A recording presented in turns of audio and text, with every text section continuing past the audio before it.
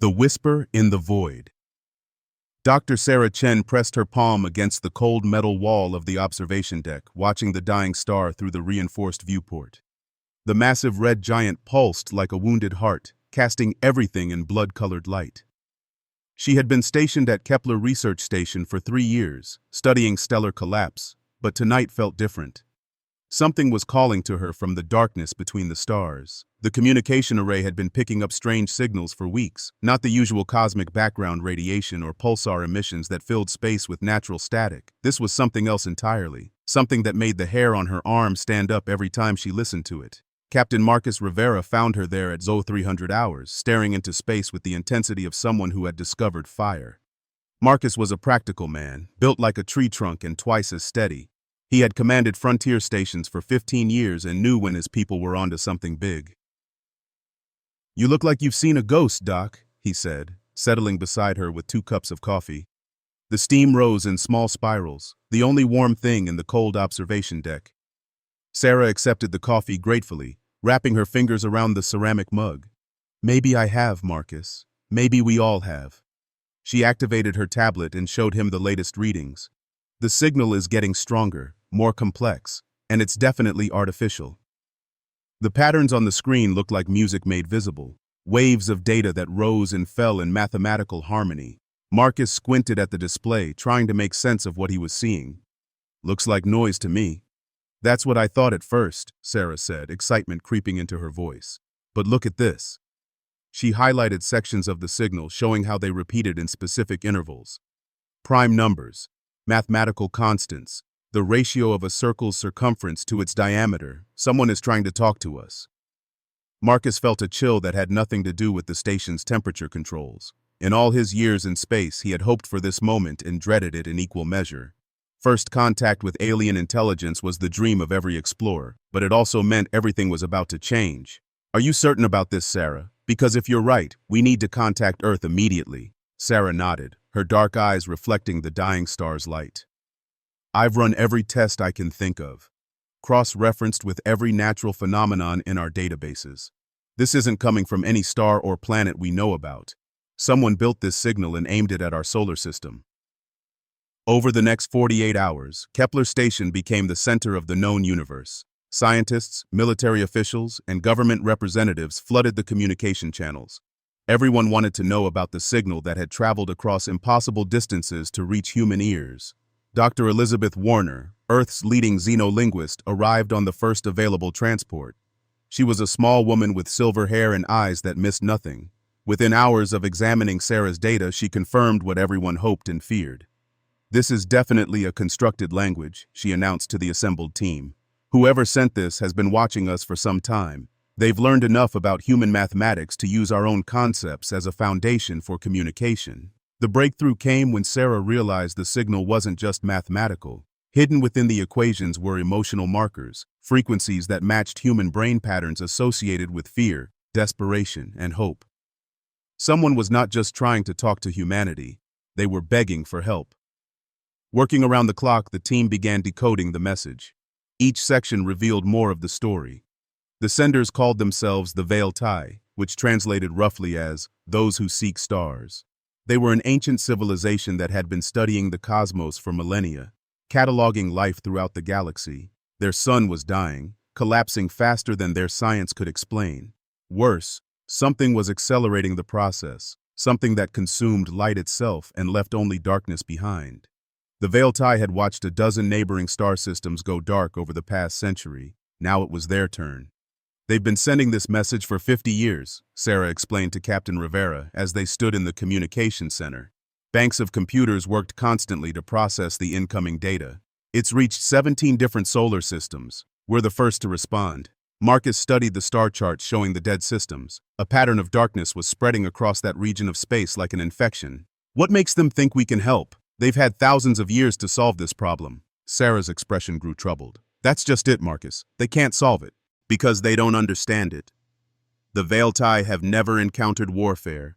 They don't comprehend the concept of one species deliberately destroying another. To them, this is like trying to understand why the laws of physics suddenly stopped working." The debate that followed split the scientific community and government officials. Half argued that humanity should stay hidden, avoiding contact with whatever was destroying the veil tie. The other half insisted that first contact was too important to ignore, regardless of the risks. President Martinez made the final decision during a secure video conference with Kepler Station. She was a former Navy admiral who understood both the value of caution and the cost of doing nothing when people needed help. "We're going to respond," she announced. "Dr. Chen, I want you to compose a message letting them know we received their signal.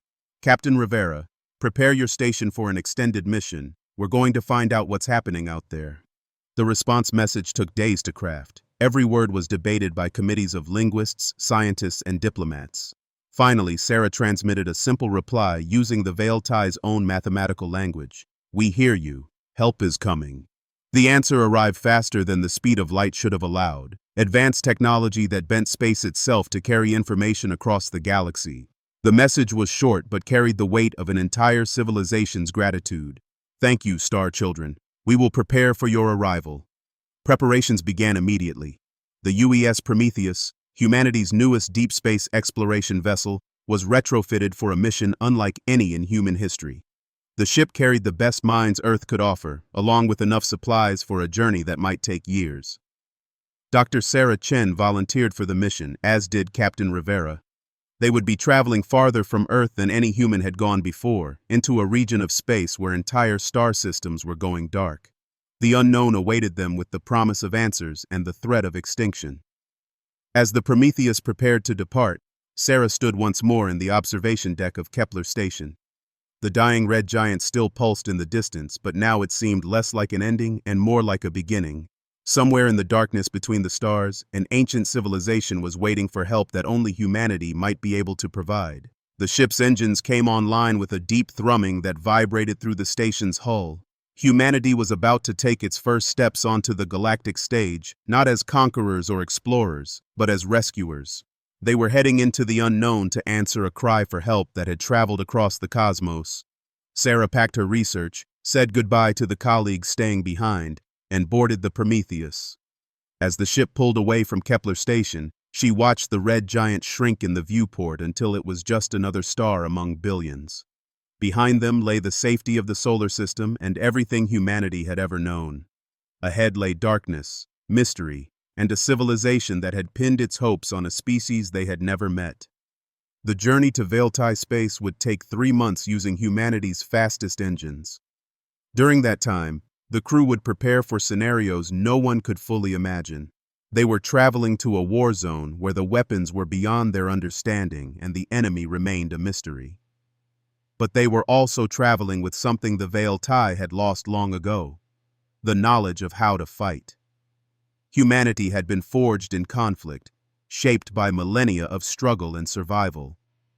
They carried with them the hard-won wisdom of a species that had learned to turn adversity into strength. As the Prometheus entered hyperspace and stars became streaks of light, Sarah felt a mixture of fear and excitement. They were about to discover whether humanity's greatest weakness, its capacity for violence, might actually be the galaxy's greatest hope for peace.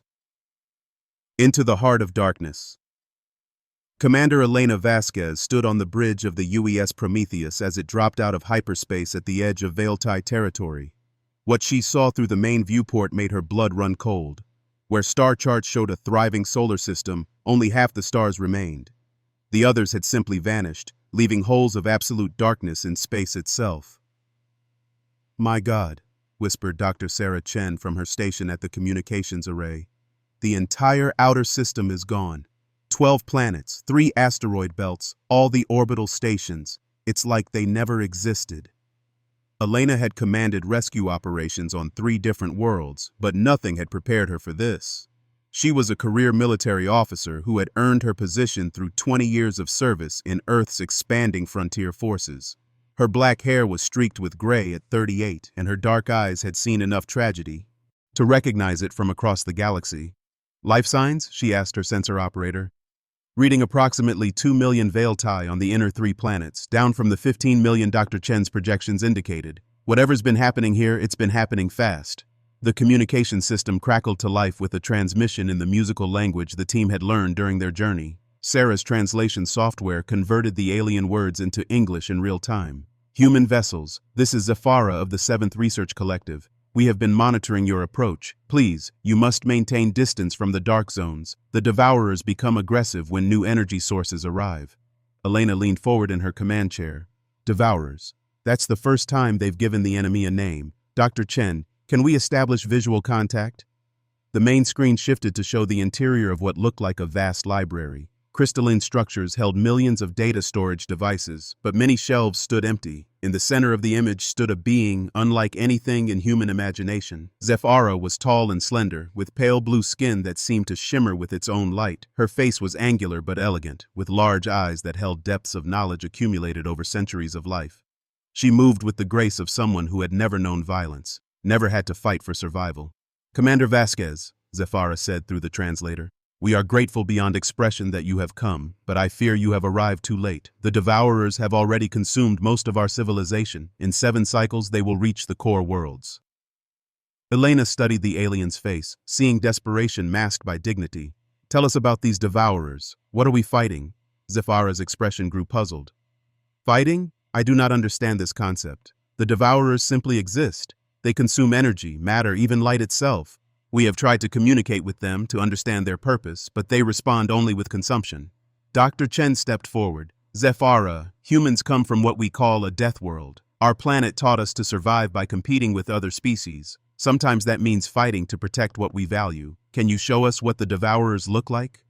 The screen shifted to external camera feeds from the Veiltai homeworld. What Elena saw made her military training kick into high gear. The Devourers weren't ships or machines. They were living creatures the size of space stations, with bodies that seemed to be made of living shadow. They moved through space like enormous jellyfish, trailing tendrils that could stretch across continents. Biological warfare, Elena muttered. They're not invaders, they're parasites.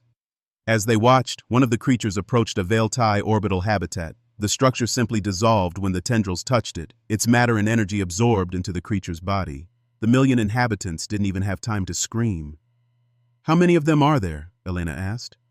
Our last count identified 47 individual Devourers in this system, Zafara replied. But more arrive each cycle. They seem to follow the consumption of previous systems. Elena's tactical mind was already working. 47 targets, each one roughly the size of a small moon. They moved slowly but seemed nearly indestructible, and they were methodically consuming an entire civilization. Commander, called her weapons officer, Lieutenant Torres, I'm detecting massive energy buildups from several of the creatures. They're approaching the 4th planet. The planet Zafara, called home to 3 million Veiltai, appeared on screen. The creatures moved toward it like a slow-motion tidal wave of destruction. Elena realized she was watching the final moments of an ancient civilization. All ships, combat formation, she ordered. Dr. Chen, tell our friend to evacuate everyone they can to the inner system. We're going to buy them time. The small human fleet consisted of the Prometheus and 2 escort vessels, the Defiant and the Wolverine. Against 47 creatures the size of moons, they looked like gnats attacking dragons. But Elena had learned long ago that size wasn't everything in combat. Launch all fighters, she commanded. Target the creature's central mass. Let's see if they bleed. 36 human fighters screamed away from the main ships, their pilots trained for combat in Earth's asteroid belt wars. They had faced pirates, rogue AI ships, and planetary defense systems, but none of them had ever engaged alien bioweapons before. The lead fighter, piloted by Captain Amy Rodriguez, was the first to open fire. Her plasma cannons sent bolts of superheated energy into the nearest Devourer's body. The creature's reaction was immediate and terrifying. Instead of damage, the energy seemed to be absorbed, making the creature glow brighter. They're feeding on our weapons fire, Rodriguez reported. Energy weapons are making them stronger. Elena's mind raced through alternatives. The creatures absorbed energy, but what about kinetic weapons? Physical projectiles that relied on mass and velocity rather than power? Switch to railguns, she ordered. Solid projectiles only. Let's see how they handle old-fashioned physics. The Prometheus's main railgun fired a tungsten rod at 10% the speed of light. The projectile punched through the Devourer's body like a spear through silk, leaving a hole that oozed dark fluid into space. The creature writhed in apparent pain, its tendrils flailing wildly. That hurt it, Elena said with grim satisfaction. All ships, kinetic weapons only. Hit them hard and fast. The battle that followed was unlike anything in human military history. The Devourers moved slowly, but their reach was enormous. When their tendrils touched human ships, the vessels began to dissolve just like the veil-tie structures. But the creatures struggled to catch the smaller, faster human craft. Dr. Chen worked frantically at her station, coordinating the evacuation with Zephyra. The veil-tie had ships, but they were built for research and exploration, not emergency transport.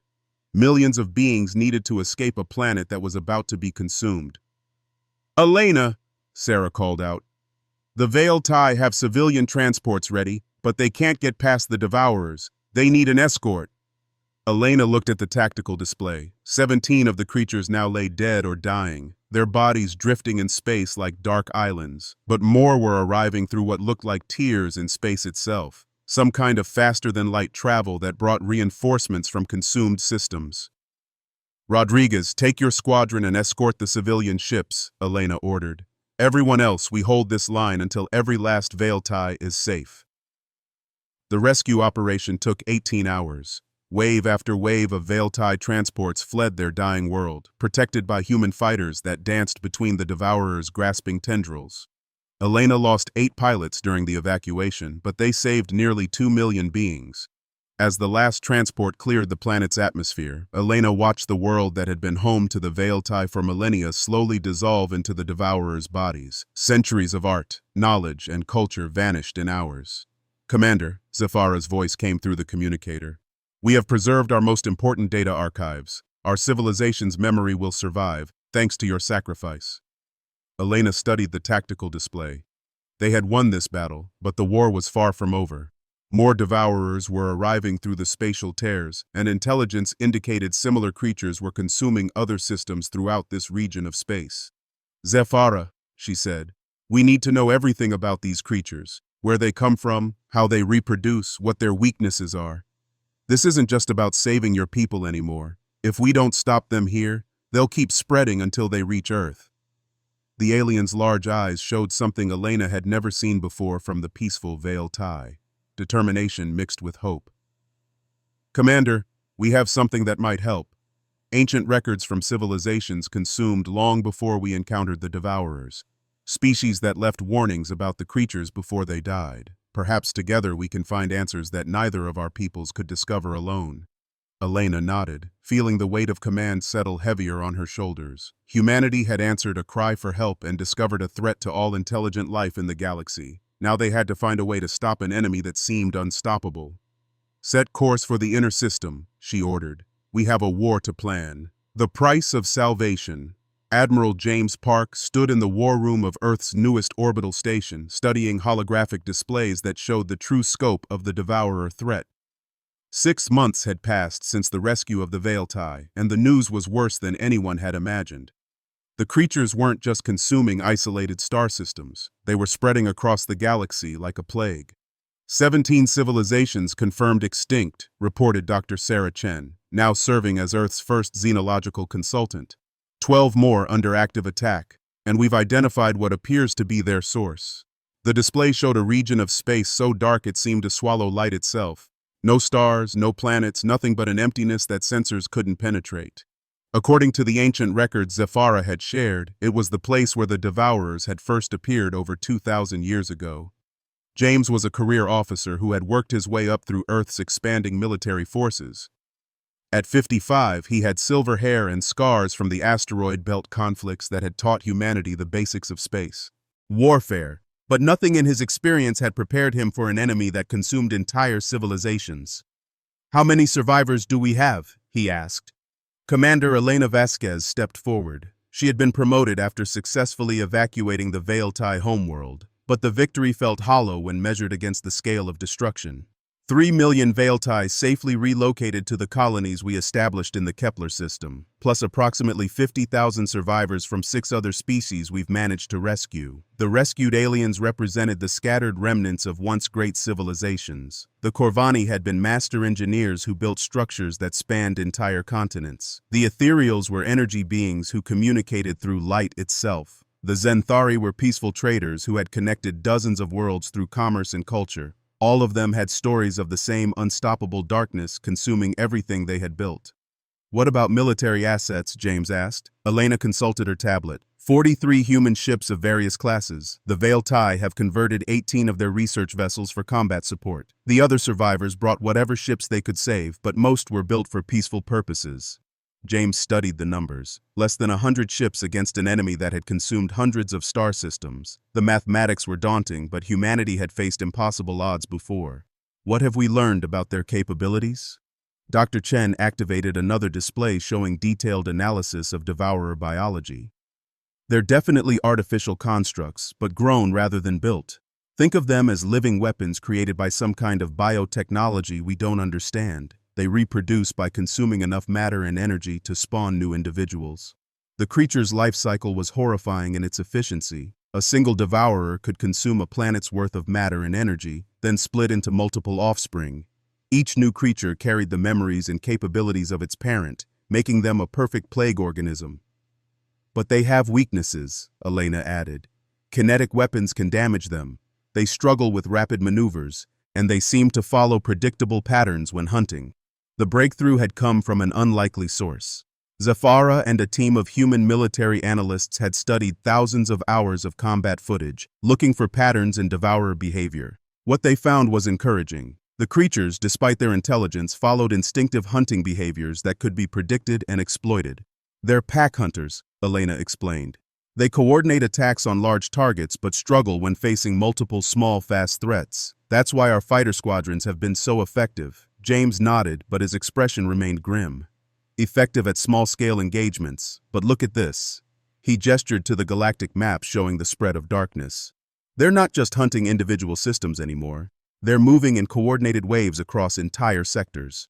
Intelligence reports indicated something even more disturbing. The devourers weren't just mindless consumers. They were being directed by something, coordinated by an intelligence that remained hidden in the dark region where they originated.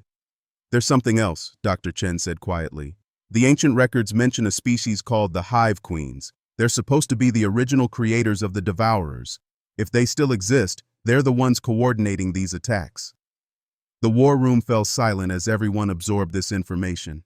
An enemy that could create planet-sized bioweapons was terrifying enough. An enemy that could control them strategically was almost unthinkable. Then we find them, James said finally. We take the fight to the source. Over the following weeks, an unprecedented alliance took shape. Human military leaders worked with Veil Tai scientists and survivors from a dozen other species to plan the most ambitious military operation in galactic history. They would need to penetrate the dark region, locate the Hive Queens, and find a way to stop the Devourer plague at its source. The combined fleet that assembled in the Kepler system represented the last hope of intelligent life in the galaxy. 147 ships carrying the survivors of 13 civilizations, united by desperation and led by a species that had learned to fight for survival on a world that tried to kill them daily. Zafara stood with Admiral Park on the bridge of the flagship UES Liberation as they prepared to depart. The Veil Tai had aged visibly during the months since her world's destruction, but her large eyes still held the spark of curiosity that defined her species.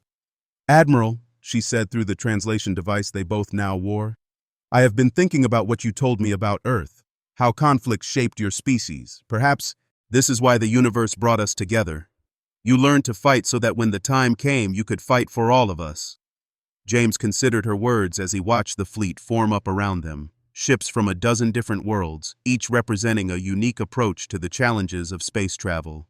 The humans had brought weapons and tactics. The Veil Tai contributed advanced sensors and scientific equipment. The other survivors added their own specialties. The Corvani's engineering expertise, the Ethereal's energy manipulation, the Xanthari's knowledge of supply logistics.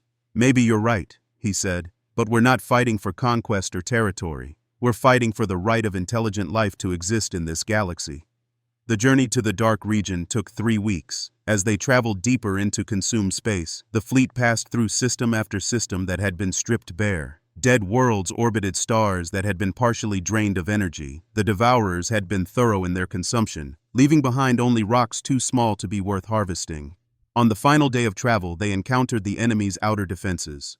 Massive Devourers, larger than any they had faced before, patrolled the boundaries of the dark region. These creatures seemed more alert. more intelligent than the ones that had attacked individual worlds. Guardian-class bioweapons, Dr. Chen reported. They're 3 times larger than the standard Devourers, and seem to be specifically designed for defense. The battle that followed tested every lesson humanity had learned about fighting the creatures. The Guardians moved faster than their smaller cousins and showed tactical awareness that suggested direct control by the Hive Queens. But the combined fleet had advantages the creatures hadn't encountered before. Human fighters used hit-and-run tactics to distract the Guardians, while Veil-Tai ships targeted their sensory organs with precisely calibrated energy pulses. Corvani engineering teams had modified kinetic weapons to deliver payloads of corrosive agents that dissolved the creatures' regenerative tissues. The Ethereals used their natural energy manipulation to create false targets that confused the Guardians' hunting instincts. After 6 hours of combat, the outer defenses were broken. The fleet pushed deeper into the dark region, following sensor readings toward the source of the creatures' coordination signals. What they found at the heart of the darkness exceeded their worst fears.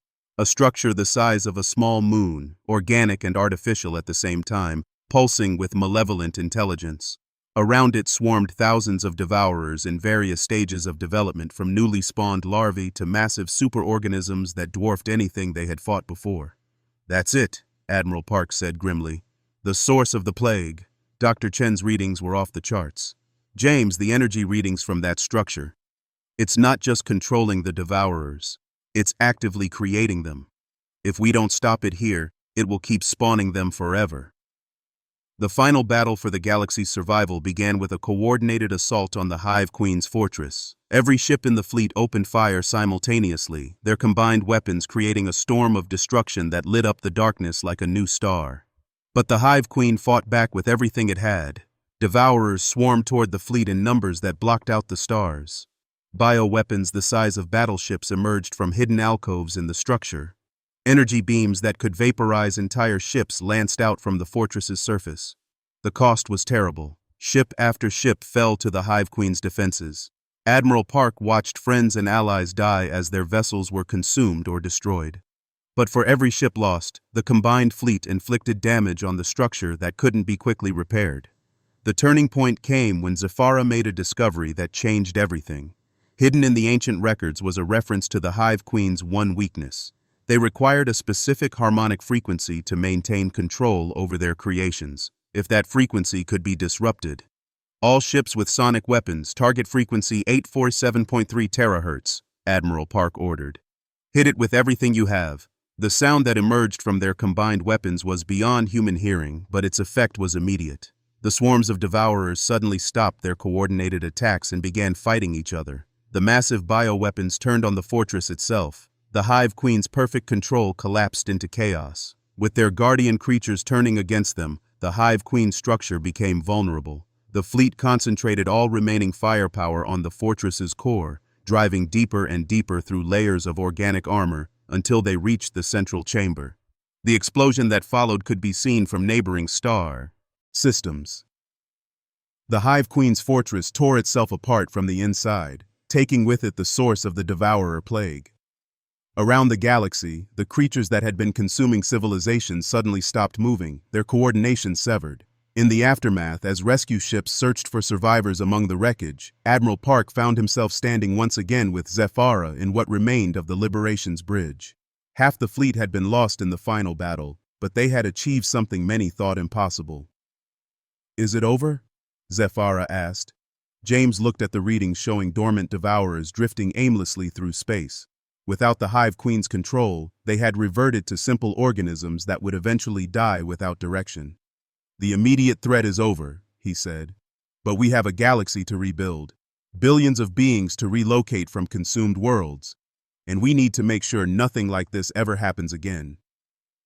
The alliance that had formed to fight the Devourers became the foundation for a new galactic civilization. Humans took on the role of protectors, their military expertise ensuring that peaceful species could develop without fear of predation. The Veil-Tai became the keepers of knowledge, preserving the wisdom of consumed civilizations. Other species contributed their own gifts to the growing community. As news of the victory spread, more survivors emerged from hiding places throughout the galaxy. Species that had thought themselves alone discovered they were part of a larger community dedicated to mutual protection and cooperation. Dr. Sarah Chen established the Galactic Archaeological Institute, dedicated to recovering knowledge from consumed worlds and honoring the memory of lost civilizations. Commander Elena Vasquez founded the Rapid Response Fleet, a mixed-species force ready to answer any cry for help from anywhere in the galaxy. But perhaps the most important change was in how the galaxy thought about survival. The peaceful species learned that sometimes violence was necessary to protect what mattered, and humanity learned that their greatest strength wasn't their ability to fight, but their willingness to fight for others. Years later, as James Park stood in the Memorial Garden on New Harmony Station, surrounded by monuments to the consumed worlds, he reflected on the price of salvation. They had saved the galaxy, but at a cost measured in civilizations lost and lives sacrificed. Zephyra joined him among the memorial crystals, her aging face still bright with the curiosity that defined her people. "Do you think they would consider it a fair trade?" she asked, gesturing to the monuments. "All those lost worlds, in exchange for the ones we saved?" James considered the question as he watched children from a dozen different species playing together in the station's gardens. Human children, Veiltai youngsters, Corvani apprentices, all growing up in a galaxy where cooperation was stronger than competition. "I think they would be proud," he said finally. "They didn't die for nothing. They died so that others could live without fear." The galaxy was healing, slowly but surely. In the darkness between the stars, new alliances were forming. Species that had never met were learning to work together, and somewhere in the void, human ships patrolled the trade routes, ensuring that when peaceful beings called for help, someone would always answer. The age of humanity as the galaxy's guardians had begun, built on the foundation of a simple truth. Those with the power to protect had a responsibility to use it. The stars were no longer silent, filled instead with the voices of countless species learning to sing in harmony. And in the deepest darkness, where new threats might someday emerge, sensors watched and waited. The galaxy had learned the cost of being unprepared. It would not make that mistake again.